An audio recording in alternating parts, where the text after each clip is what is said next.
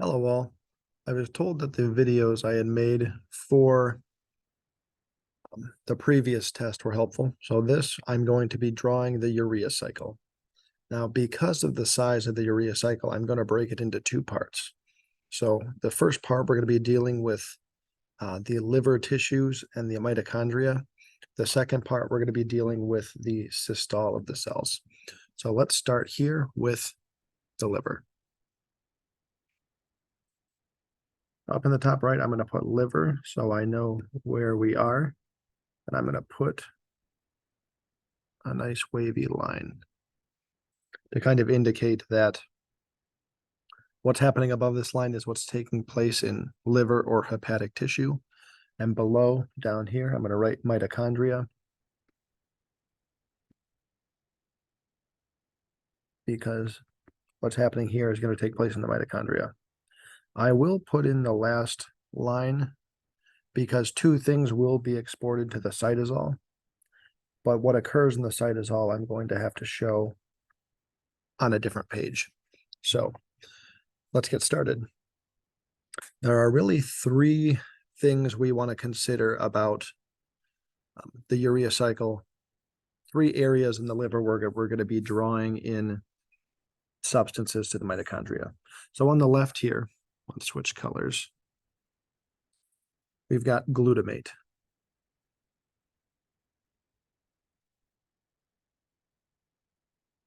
In the middle here, we have alanine,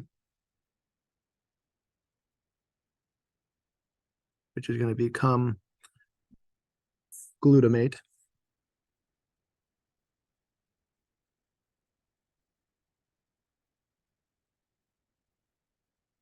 And here off to the right, we're going to have amino acids.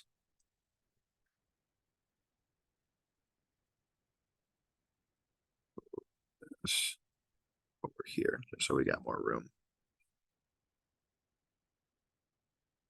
So while we're still in the liver, let's take care of the amino acids, because this is the one thing we're not going to be able to export to the mitochondria. So here, I want you to think about this as an arrow headed towards glutamate.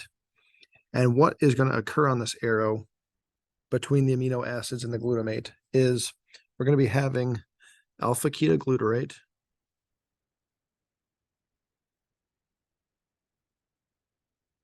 being swapped with alpha keto acid.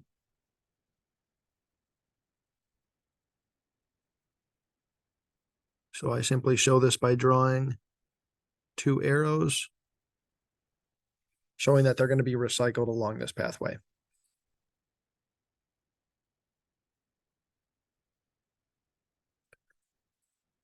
Now, we're good to start moving to the mitochondria.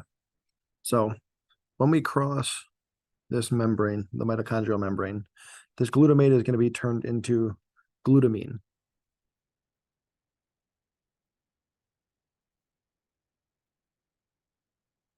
The middle, this is just going to be allowed to enter.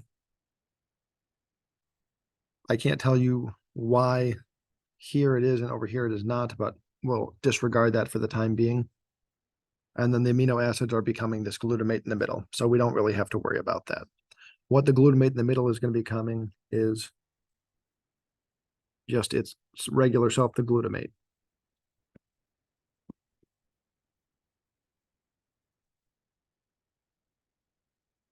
Now we're going to see this glutamate follow two paths. So the first one is NH4 ion. This glutamine on the side will break apart into this and this using a particular enzyme. The enzyme we care about here is glutaminase. So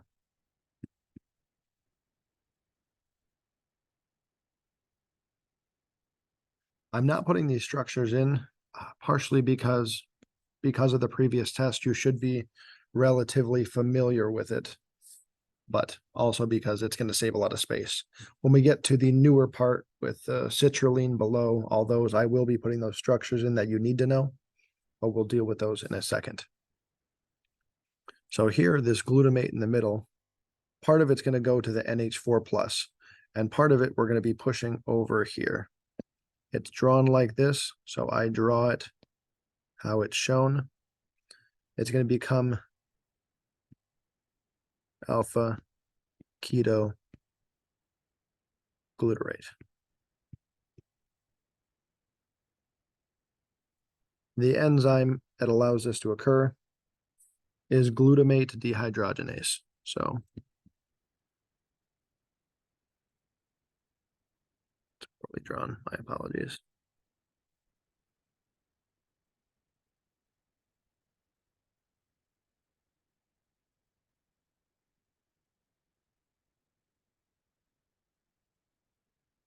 And we've got a small side reaction going on over here. So I want to get this kind of resolved before we move on.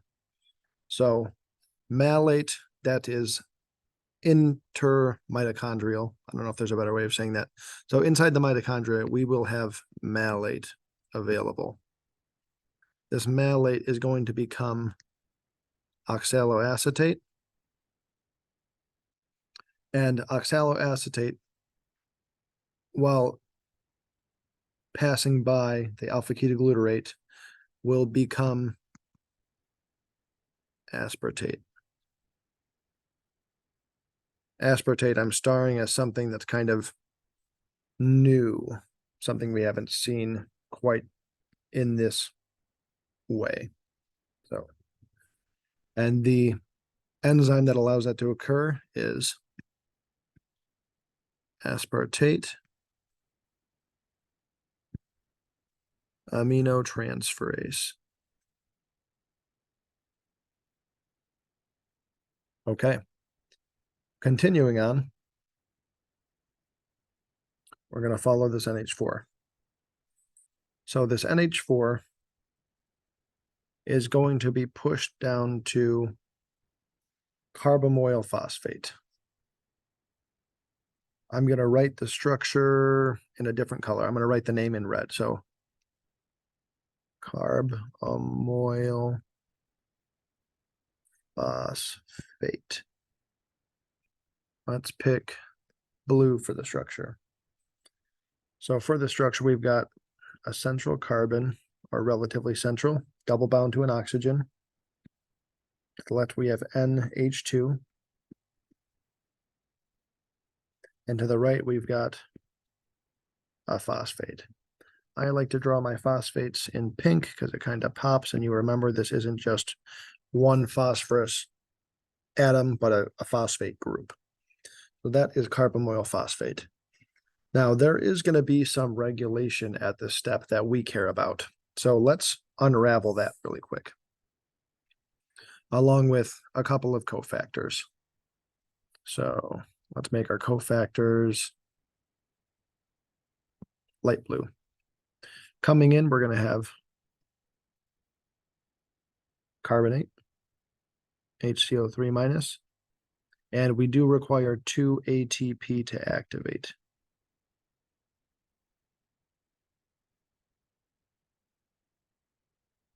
So these are coming in. Things that are leaving. So only one phosphate group actually makes it onto the carbamoyl phosphate. So what we're going to have leaving is 2 ADP plus 1 inorganic phosphate group. So we go down by 2 ATP. We lose 2 phosphates in energy. 1 is added to the structure, 1 is released intracellularly. And I did mention there is regulation. So what we're looking at here is carbamoyl phosphate synthetase 1. I just know it as CPS1. And if that number doesn't stick in your head, this is a dumb way to remember it, but I think Child Protective Services. So CPS1 is the enzyme. Things that are going to activate CPS1, so green triangle means activation. Things that are going to turn this on are N-acetylglutamate. So over here, arrow in, N acetyl glutamate. Now, how do we make N-acetyl glutamate? Well, we're going to require glutamate and acetyl CoA.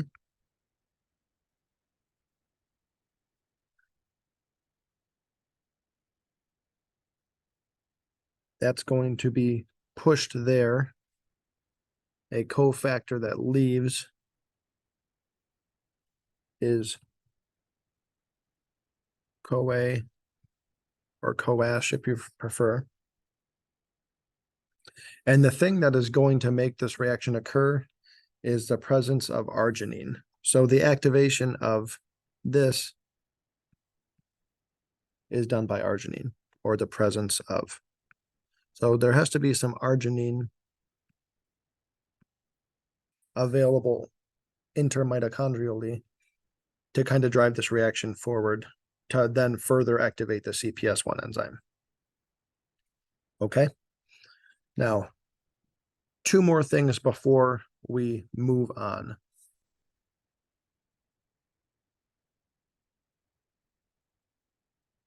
Carbamoyl phosphate is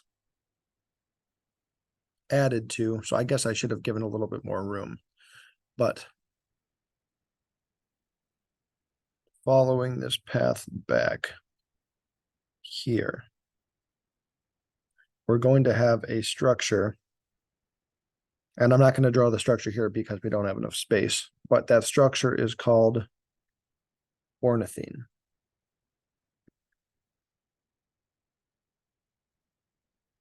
The carbamoyl phosphate is going to join the ornithine to create citrulline.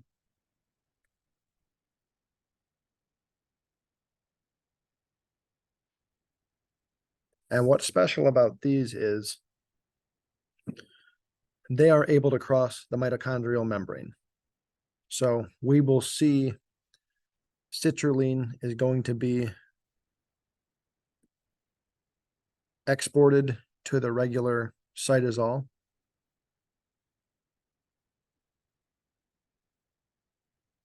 And on the opposite side, on the other end of this part of the cycle, we are going to see ornithine imported.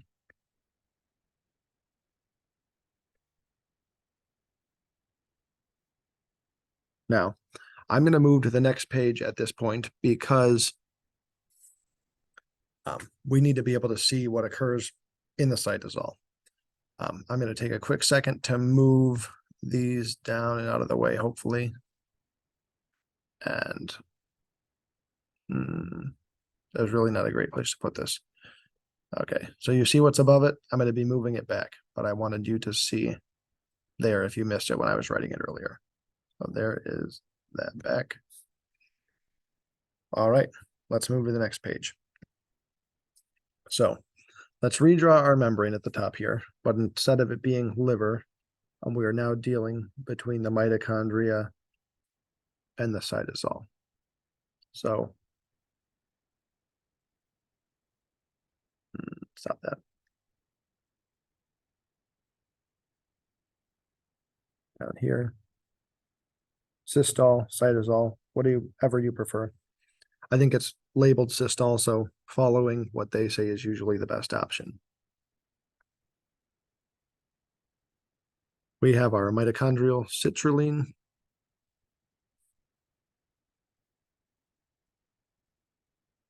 We're exporting it in.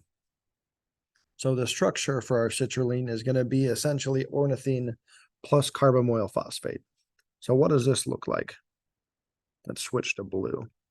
And I'm going to make the line a little thinner, so hopefully I can make a slightly neater structure for you guys. All right. So starting with carbon here. C double bond O. To the left we have NH2. And to the right we have nitrogen with an H. I describe it as two mountains. This third mountain is going to have a double bond O, an O minus, and here we have an H3 plus. So this is citrulline. It looks the same on both sides. It's just a structure that is able to pass through the membrane. So we've got an enzyme that is going to push it through an intermediate.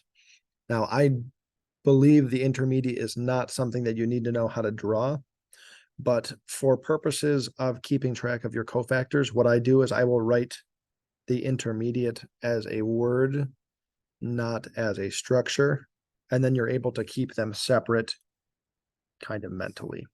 So here, it's going to become citrulline. Spelled that wrong.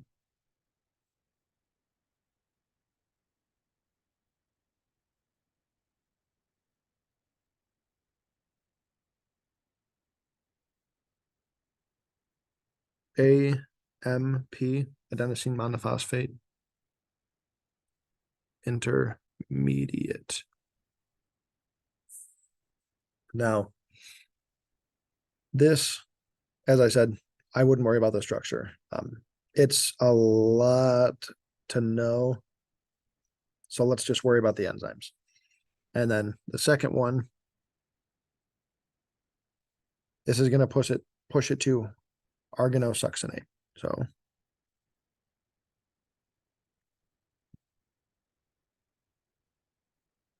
this is something you are expected to know the structure for Dr. Ward's final exam, but whether you learn it is up to you. I'm just telling you that is an expectation. So next up is our enzymes. So arganosuccinate synthase, because we're building something, A, and then for the second half, arganosuccinate synthase B. And last but not least, our cofactors, the addeds and subtracts. So we've got 2 ATP that are going to be coming in. We've got PI is going to be leaving. So 2 organic phosphates.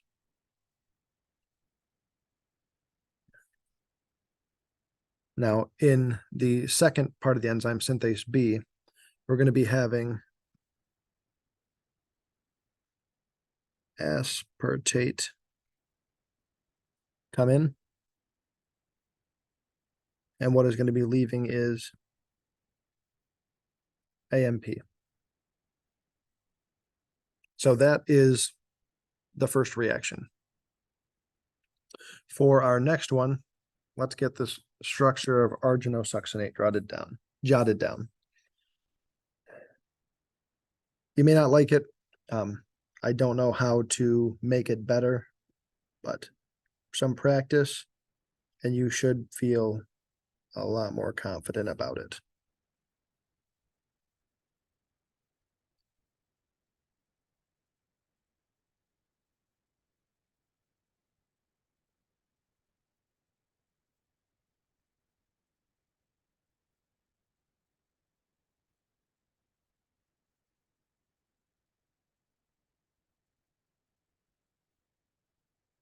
Here we have 2 mountains.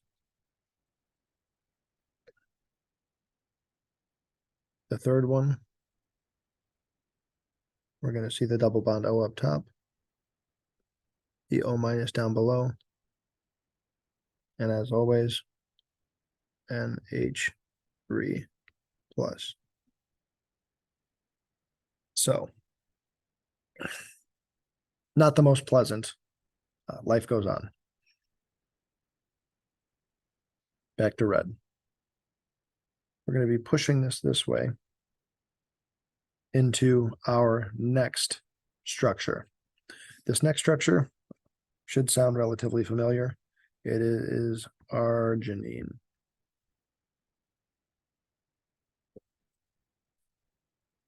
Let's get its structure jotted down, then we will go back for the enzyme and cofactors. So up first, draw from the opposite end.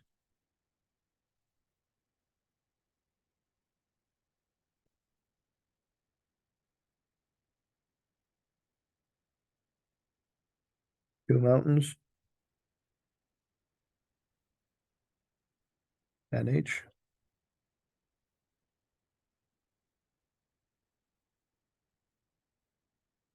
NH2 plus up there. And NH2 here. Arginine. So as far as cofactors, we don't have anything coming in, but we do have something leaving. And that something is fumarate. Fumarate should seem familiar. It is part of the citric acid cycle. I will simply, rather than draw it, because you can look back at old notes for that potentially, I will tell you the important thing here is, I'll go red, plus 2.5 ATP, because this is going to give us access to a NADH. And if you want to know where this is made, citric acid cycle. Okay. Last, not least, certainly not, we've got the creation of ornithine. So, arrow straight up. Name. Ornithine. Structure, we're going to blue.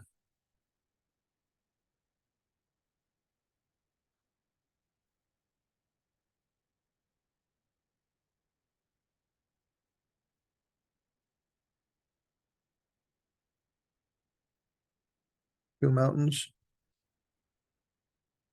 Rather than an NH here, this is our new end. We've got NH3 plus. Now, what cofactors lead to this? Well, what we're going to have is water coming in. And what is going to be leaving is urea.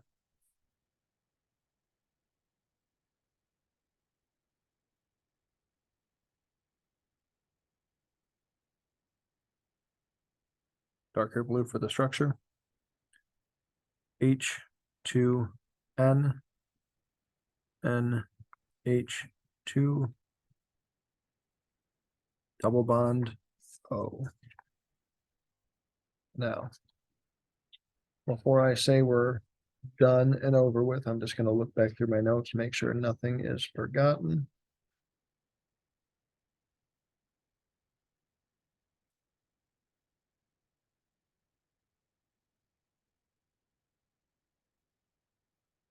So I'm not seeing anything. I will check one other place before I end this video saying that we've completed the urea cycle. So bear with me for a second. Want to make sure I don't leave you with any questions potentially. This is something that Dr. Ward spends a lot of time on. So obviously something you want to put some time in practicing, as well as understanding how it's regulated, the source of a lot of these original groups, the like.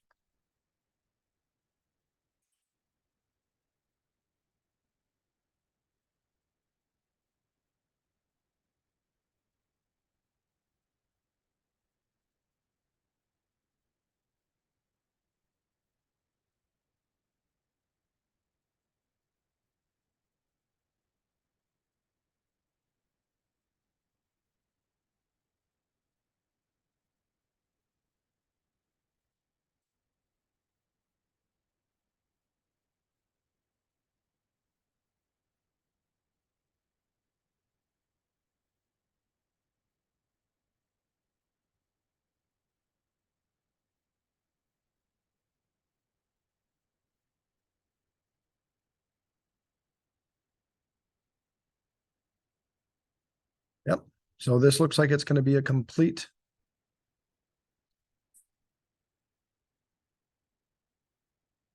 kind of way if it's addressing. The one thing I suppose I did forget is not to forget that this ornithine is going to be imported into the mitochondria. So it's going to cross right there into the mitochondria. Okay. As far as the urea cycle goes, this is what you're going to want to know. So both this page here, as well as this page here. Thank you so much for your time. I hope you have a nice day.